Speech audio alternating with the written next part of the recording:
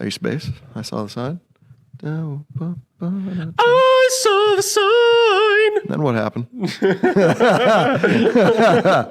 Open up your eyes. Yeah. All right. Welcome. We're going? Oh, we got that. Welcome to the pod. 2 cents, Josh and Spence. Opened up my eyes, I saw the sign. Never gonna drag you up where you belong. Oh, Let's man. get into it, dude. Second investing. This is our second 2-part sode. Whoa! Isn't it? Okay. All right. Okay. All right. So in this Part 2? In this part 2 sode, our first sode, we were talking about our passion, love, goals to own rental properties, and so we talked about kind of how the mathematics works, how it works, putting down payment down, positive cash flow, long-term equity growth, equity buildup, etc., etc. So we thought we would follow that up with like a couple other questions. So usually a few other barriers for people when they're talking about owning rental property, like, well, I don't know where I'm going to find one, or where do I buy one, right? Yep. And then, what if the toilet plugs at 2 a.m? Like, what's going to happen? Right. And then I don't do it. Do I have to set up business for that? Like, what if I get sued? What if I whatever? So we figured let's just break those down. Let's just go down a couple rabbit holes here. Let's do it. All right. Let's start with so, you're looking for a rental property. Like where in Fargo or Moorhead or wherever you're going, what are you looking for? What do you want that to be by? Well, it's like the market changes. So when I first got into real estate, like if you could buy any home near NDSU, like that was like a home run. Yep. You know what I mean? Yep. Sorry. I say you know what, yes, Josh, we know what you mean. Turns out I say you God. know what I mean a lot. I thought I was communicating effectively. You know what I mean? guess not. You know what I mean?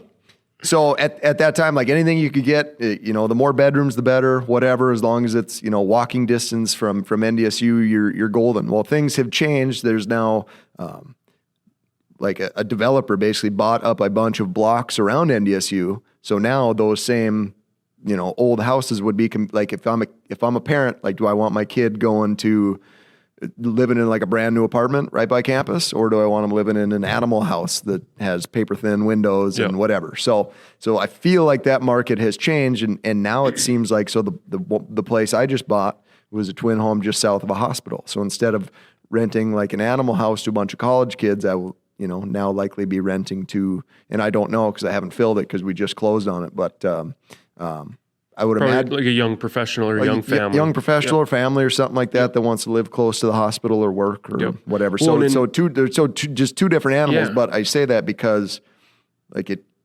used to be very much, and maybe that was just my own perception, but it used to be very much like anything, college kids are the best because they're rough on a house, but their parents are going to make sure they pay the rent and whatever, and it'll be fine. You don't have to put much money into it because they don't care.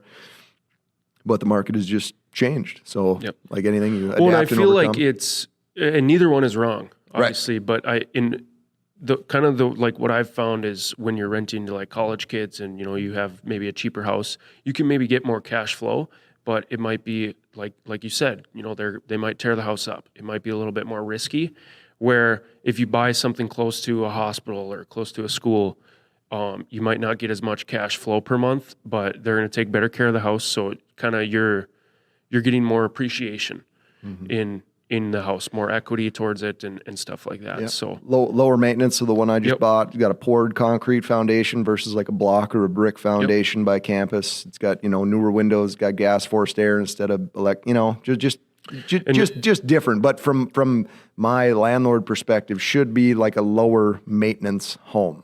Yeah. Yeah, and that's kind of what I want too. Yeah, that's what I look for. I'd rather not rent to college kids. Yeah. Because I was a college kid and I absolutely tore the house up that I rented. So sorry to that guy. Yeah. We called it the stoop. And we wrecked it. Yeah, sorry. Sorry, sir. My bad. Yeah, dog. like I don't think you're going to get as much cash flow, but they're going to take care of the house and it's going to be a good solid investment. Or two, like if you're like a future better planner or whatever, like, well, I think, this is supposed to go up over here, what I mean? They're like, well, they're talking about putting a hospital up here. They're talking about putting a school over here. Yep. You know what I mean? What I mean. So just kind of trying to plan ahead, but there's risk and reward and all that type of Yep. stuff. But basically, say all that to say it just kind of depends on the market at the moment. But that's a big one. Like where are we gonna get it, and where should we go, and how do we make those decisions, all that type of stuff. So that's a big one. Yep. And then another big deterrent that I hear a lot, and I'm sure you do too. People are like, well, I don't want to manage it. I don't want to deal with the headache. I don't want to deal with that. And I'm like, I don't blame you. I don't either. So they make property managers. Yep. And have you looked into it yet? Like, do you know, because it's normally like they'll take a percentage, right? Take a percentage of your net income from that property. Yeah. So I owned one a bunch of years ago, and at that time it was more of a percentage, but now, like, I just talked and I forget even the name of the company. I got to follow back up with them, but yeah, it was less. It was a flat X amount a month. And it all depends on what the market is for that too. So now there's like more property management companies, which is more competition, which makes it better for you, the landlord. But basically, it used to be like a big chunk to find somebody, like it'd be like the first month's rent. Oh, okay. Like $1,500 to find. And now I think when I talked to it, it was like $300 or Okay. something. So $300 or whatever, I don't know, whatever. A small chunk of money to have them like advertise, background check, all like vet the person. And then a flat, $100 a month, $150 a month to manage it. So I know what you mean. do you know what I mean? You know what I mean? But yeah, that's the biggest thing, because you hear that all the time. Well, I knew a guy that owned a place, and the plumbing and the toilets and the So now when someone's light bulb goes out at 2 a.m. and they need to call someone, they call that property manager, right? Mm-hmm. It's very nice. It's very cool. And two, that like I've heard of different things, so you can have it set to where like, all right, Mr. Property Manager, if there's something that comes up and it costs less than $100 or $200 or whatever that number is for you, like just fix it, deal with it. Like don't call me, right? Just handle it. I trust you. Yep. And then you want to obviously like manage that relationship or whatever. But I'm just saying, like, you could make it as like pain-free as possible. Right. And of course, like we said in this part or last one, like there's always risk and there's always whatever, but it's much less, I think it's much less intense than you would think. And then two, another thing that's changed, like you had mentioned, like apartments.com. Mm-hmm. So you can set up, so instead of like... Yeah, so for me, I don't have a property manager. I'm the property manager. And I do everything through apartments.com. Like you can get leases there. You can do your background checks through that. You can set up like so they can automatically pay you every month, which is clutch, because that's what people want, is automatic payments, direct deposit, all that. So literally every month I get just direct deposit into my account from apartments.com. So yeah, that's unreal, because when I had mine, well, and it's sorry to interrupt, but it's easy for me to be the property manager because I still live there. So I don't know that I will do it forever, but if you want to save a little bit of money, keep some cash flow, that's a way to do it. But even that, like that's huge, because for me it was like, well, when I owned one in the past, like checks kept coming in later and later and later, Yep. You know what I mean? So they automatically come out, and then if that guy's overdrawn, then it's his problem until it becomes my problem or whatever. But makes that thing easier. And then last thing, like, what do I? It's like from a legal standpoint, like, well, I don't want to get sued, and I don't want to, whatever. I don't want them to take my house or whatever. So a lot of people, they set up an LLC, right? Yep. Limited liability company. Sounds limited. Sounds so legit, but yeah, you'd be Huron Properties LLC. What did you just say? Huron. Do you actually not know my last name? I don't know, dude. Spence. Are you kidding me? Roan. It's Roan. Oh, I can't believe this, dude. What's my last name? It's Jasper. I've been with this guy for over a year. He doesn't even know my last name. All right. Anyways, Josh is the worst person of all time, but Huron Realty Roan. LLC.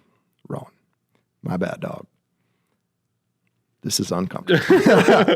But so you set up an LLC. So if somebody gets mad or whatever, they sue the LLC, Yep. right? And so they can only take money from the LLC. They can only Right. whatever the LLC. They can't come after So like, Spencer Roan's thank you. Personal property. personal property. Yep. Exactly. Piece. And how much is that? A couple hundred bucks set up? Yeah. A couple $100. Super peasy. easy. You can do it online. Secretary of State website. Bada bing, bada boom. Yep. Easy peasy. Not a tax guy. No, professional. What should we give next? Like, so we gave legal advice. Have we given legal advice? Yeah. No, yeah, we should though. Not an attorney. But yeah, so it was, I don't know. We all have these like limiting beliefs, right? Oh, like, oh, it's going to be so hard. It's going to be so scary. It's going to be so, it's like, it's not. Yeah. You find some money, find a place. Well, and it's important to like, I'm really lucky because Kenzie's like, she's all in with me. So it's important to have someone on your side who can help you and like talk through things with you. So I'm sure Nikki D is that way with you as well. Yeah, she is. If you're not watching the YouTube, he just gave a very nervous smile. This is great. So now we're both okay. But yeah, but it like, and then too, you know, well, I don't know about real estate. I don't know, but if you look at I would venture any wealthy, successful person has a good chunk of portfolio in real estate. And for most of us, to get started in that game starts with single family residencies, right? So that's how the game Monopoly works, right? Like you buy your place, and then all of a sudden now you got 4, and now you can sell those, and now you got an apartment, and then you rinse and repeat. But that's how a lot of us small fish get started. And it's easier than you think. Yeah, dude. You sell, 3 or 4 properties, and you're taking all that equity, all that appreciation. You've got a couple $100,000 there. So now I can appreciate that. Oh, that was a good one. I'll give you that. But now you can take this money as a huge down payment for a big rental property, and that's the goal. That's where it's at. Yep. Anyway, yeah. Any other So another limiting belief that I hear, and I want to get your take on it, your 2 cents. I don't want to buy an investment property. Interest rates are super high. What are your thoughts on that? You're an idiot. Oh, I'm just kidding. No, I don't know. It all comes back to how does the cash flow? Yep. Can you get it to where cash flows positively? Yeah. Okay. That's what I was going to say. Like, who cares what the interest rate is if someone else is paying for it? And then too, it's like, well, okay, well, interest rates come down in the future. Cool. You refinance and now you cash flow much more dollars. Yeah. So I don't know, man. Again, I read that book. So Gary Tharaldson is like the richest man in North Dakota. He's like near a billionaire, but he started out like an insurance company, and then he bought like one hotel somewhere in Western North Dakota, and now he's just a hotel. Love you, Gary. Thank you, Gary. But anyway, in reading his book, it was just funny because he's like, yeah, it was like 2006, and all of a sudden interest rates dropped to 6.5%. So now I refinanced all my stuff, Yeah. So it's like, I know what you mean. you know what I mean? Anyway, but yeah, as long as the cash flow is positive, like, what's the difference? No, I absolutely agree. Yeah, if someone else is paying for it, who cares? Yeah, buddy. So, and same with like, is it a buyer's market? Is it a seller's market? Like, yeah, obviously you'd prefer to buy it in a buyer's market when prices are a little bit lower, but in that situation, interest rates are probably a little bit higher, and that's maybe why it's a buyer's market. Well, and then too, over time, the people that can benefit from like shifting markets and more of a buyer's market than a seller's market, or Are either way, investors. or investors or people with cash. So Yep. they've now built up this equity and have all this Exactly. cash and buying power to where they can now take advantage of opportunities. And that's where in like shifting markets is where people a lot of times make a lot of money, is when they have the Right. opportunity. Because like how many times you've been like, oh, I'd love to be able to buy a couple houses right now, Yeah. but I can't. But Right. some people can. And they're these people that do exactly what we just said. So And that's really how you take it. Like you said, that's how you take advantage of it. Like, otherwise if you're buying and selling, it's a double-edged sword. It's the same thing. You got to be an investor to really take advantage of it. So, yeah. Word. word. Well, cool, man. Is that all we got? Till next What time. was that one? 15 minutes? 15? Cool. Cool. Cool. Cool. All right. Thanks, everyone, for listening. Watch for deer. Thank you for listening. Shake your butt.